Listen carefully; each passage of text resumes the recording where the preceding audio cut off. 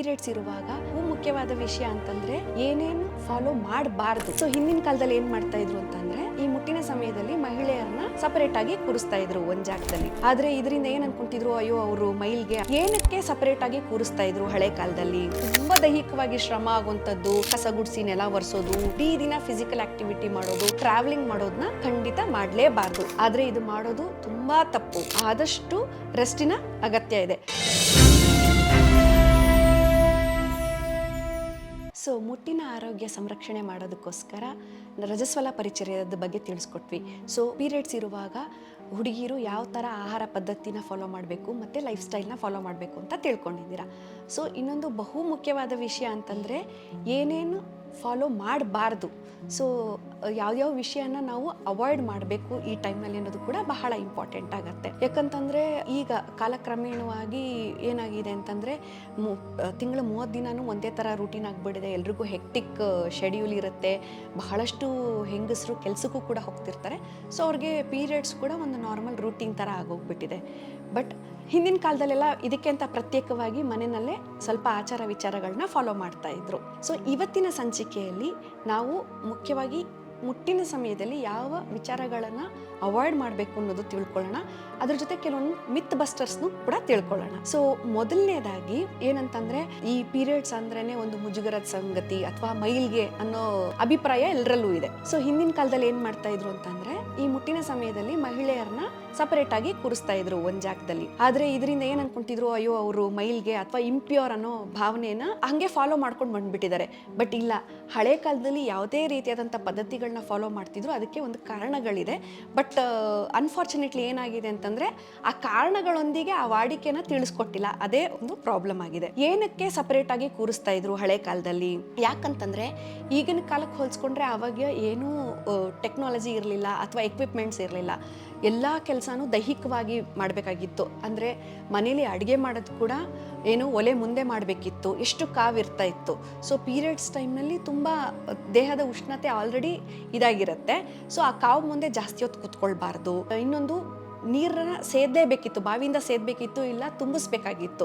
So ಬಹಳ ಹೊತ್ತು ಆ ಶ್ರಮ ವಹಿಸ್ಬೇಕಾಗಿತ್ತು ನೀರು ತುಂಬಿಸ್ಲಿಕ್ಕೆ ಅಂತಾನೆ. ಇನ್ನೊಂದು ಬಟ್ಟೆ ಒಗಿಲಿಕ್ಕೆ ಕೂಡ ಏನು ವಾಷಿಂಗ್ ಮಿಷಿನು ಎಲ್ಲ ಏನೂ ಇರಲಿಲ್ಲ.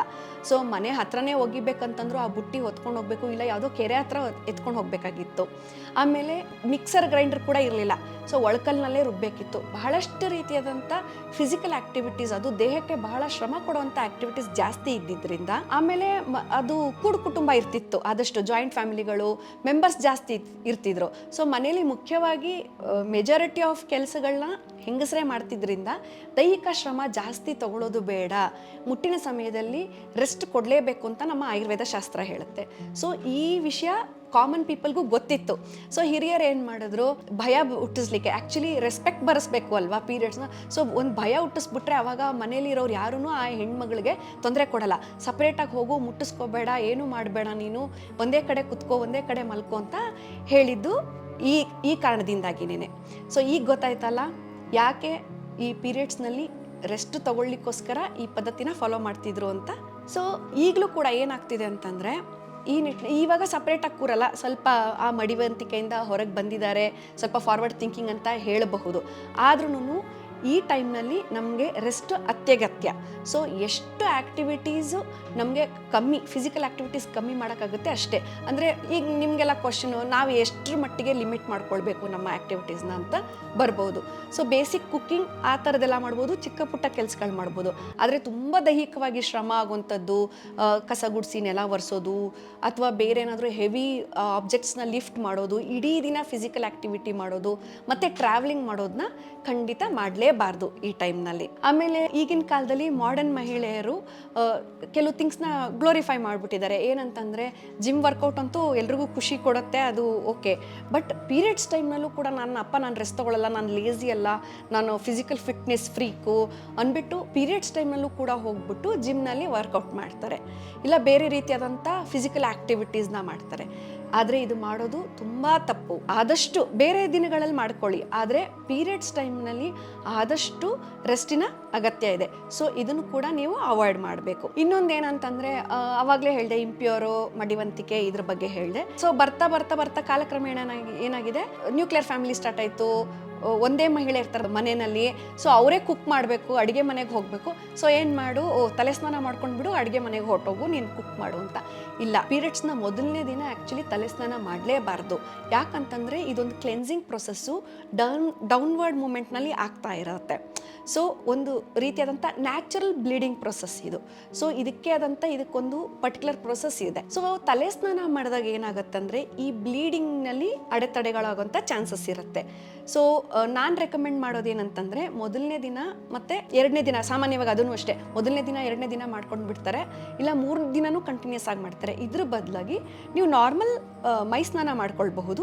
ಕೊನೆ 5ನೇ ದಿನ ಬೇಕಿದ್ರೆ ನಿಮಗೆ ಸಮಾಧಾನಕ್ಕೋಸ್ಕರ ಅವತ್ತಿನ ದಿನ ನೀವು ತಲೆ ಸ್ನಾನ ಮಾಡಬಹುದು.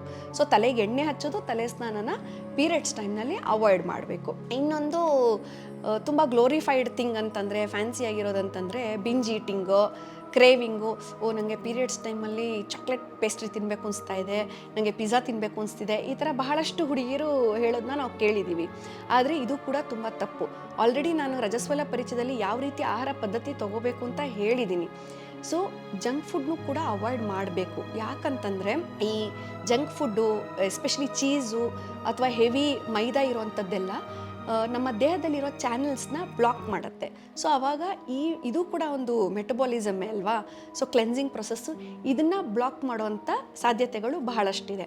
ಇನ್ನೊಂದು ಪ್ರೊಸೆಸ್ಡ್ ಫುಡ್ಡು ಅಥವಾ ಜಂಕ್ ಫುಡ್ಗಳಲ್ಲಿ ತುಂಬ ಸ್ಪೈಸಸ್ಸು, ಖಾರವಾಗಿ ಇದನ್ನು ಕೂಡ ಹಾಕಿರ್ತಾರೆ ಅಂಶಗಳನ್ನ.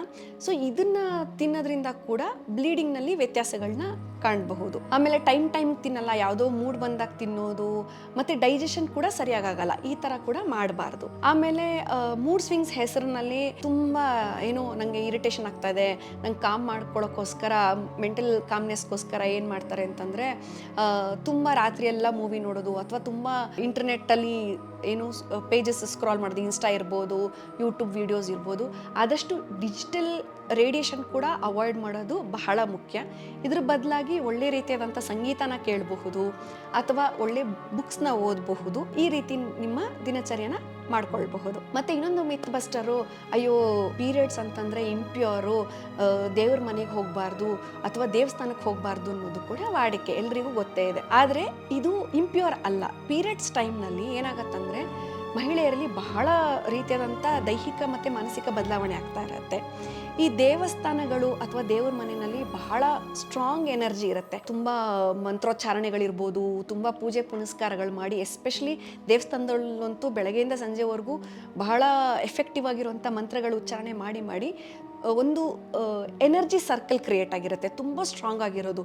ಸೊ ಅದು ಹೆಂಗಸರನ್ನ ದೇಹದ ಎನರ್ಜಿಗೆ ಕ್ಲ್ಯಾಶ್ ಆಗುತ್ತೆ ಅಥವಾ ಪೀರಿಯಡ್ಸ್ನ ಡಿಸ್ಟರ್ಬ್ ಮಾಡುತ್ತೆ ಅನ್ನೋಕ್ಕೋಸ್ಕರ ದೇವಸ್ಥಾನಕ್ಕೆ ಹೋಗೋದನ್ನ ಅವಾಯ್ಡ್ ಮಾಡಬೇಕು ಅಂತ ನಾವು ಹೇಳ್ತೀವಿ. ಎಲ್ಲದಕ್ಕಿಂತ ಮುಖ್ಯವಾಗಿ ನಾವು ಏನು ಮಾಡಬೇಕು ಅನ್ನೋದ್ರ ಜೊತೆಗೆ ಏನು ಮಾಡಬಾರ್ದು ಅನ್ನೋದು ಕೂಡ ಬಹಳ ಮುಖ್ಯ ಆಗುತ್ತೆ. ಸೊ ಈ ಬ್ಯಾಲೆನ್ಸ್ಡ್ ಲೈಫ್ ಸ್ಟೈಲು ಮತ್ತು ಫುಡ್ ಹ್ಯಾಬಿಟ್ಸ್ನಿಂದ ಡೆಫಿನೆಟ್ಲಿ ಒಳ್ಳೆ ರೀತಿಯಾದಂಥ ಮುಟ್ಟಿನ ಆರೋಗ್ಯ ನೀವು ಮಾಡ್ಕೊಳ್ಬಹುದು. ಇದರಿಂದ ಒಳ್ಳೆ ರೀತಿಯಾದಂಥ ದೈಹಿಕ ಆರೋಗ್ಯ ಮತ್ತು ಮಾನಸಿಕ ಆರೋಗ್ಯ ಕೂಡ ನಿಮ್ಮದಾಗತ್ತೆ. ನಮ್ಮ ಕನ್ನಡ ಫೇಸ್ಬುಕ್ ಪೇಜ್ನ ಲೈಕ್ ಮಾಡಿ, ಯೂಟ್ಯೂಬ್ ಚಾನೆಲ್ನ ಸಬ್ಸ್ಕ್ರೈಬ್ ಮಾಡಿ. For more updates click on the bell icon. ನಮ್ಮ ಕನ್ನಡ ಡಿಜಿಟಲ್ ಮೀಡಿಯಾ.